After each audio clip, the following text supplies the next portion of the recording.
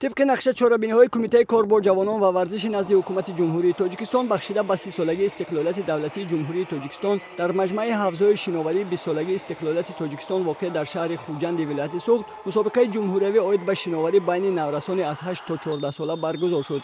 در این مسابقه جمهوریوی بیش از 70 نفر ورزشکاران نورس از شهر دوشنبه و ولایت سوخت اشتراک نموده ملکه‌های مهارت ورزشی خود را نشان دادند.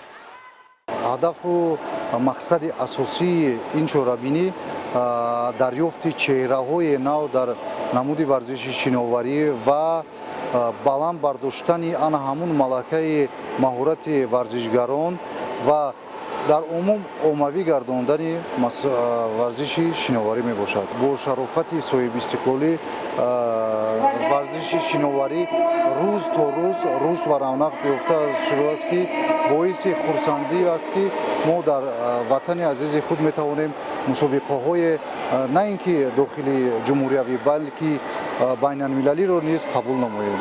مسابقه در نمودهای طرز آزاد، برس، پشتناکی، شناکنی و ترفیلی و استافت در مسافه 50 متر، در نمود برس در مسافه 100 متر و در نمود طرز آزاد در مسافه 200 متر طی 3 روز جریان گرفته اشتراکچیان برای دریافت مقام‌های فخری ملکه‌های مهارت ورزشی خود را نشان دادند. Я получила 4 золотых медали и 1 серебряную. Я очень рада, что в Таджикистане есть возможность попадать в разные другие города и участвовать на этих соревнованиях. Я очень благодарна президенту Республики Таджикистана за то, что в каждом городе есть бассейны, и мы можем участвовать на этих соревнованиях. Каждый год федерация нам разрешает тренироваться в разных бассейнах, и я очень им за это благодарна.